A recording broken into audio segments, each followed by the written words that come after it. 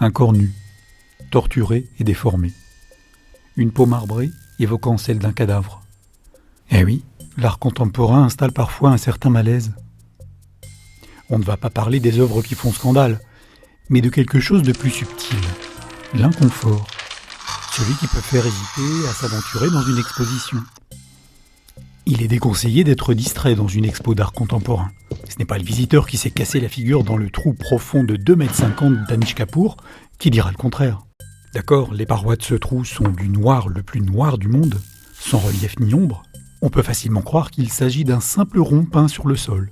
Mais si on ne lit pas les pancartes aussi...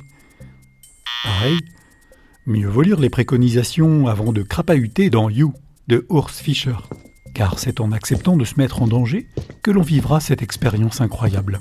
S'engager dans une immense excavation creusée dans le sol d'une galerie américaine, comme on s'aventurerait dans une fouille archéologique à ciel fermé, entourée de murs immaculés. L'inconfort dans le cas d'Anish Kapoor ou d'Urs Fischer est avant tout physique. Cet inconfort peut être double.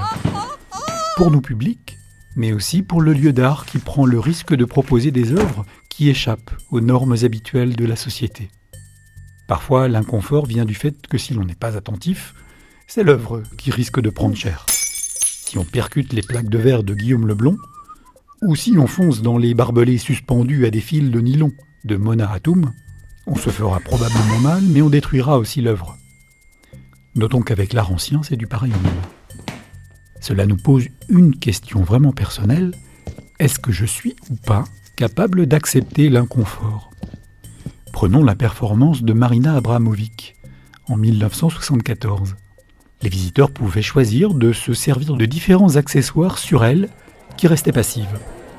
Ils pouvaient la déguiser, prendre soin d'elle ou bien la blesser. Au début, tout se passa bien, mais progressivement, elle fut maltraitée, tripotée, un pistolet fut placé dans sa main, doigt sur la gâchette.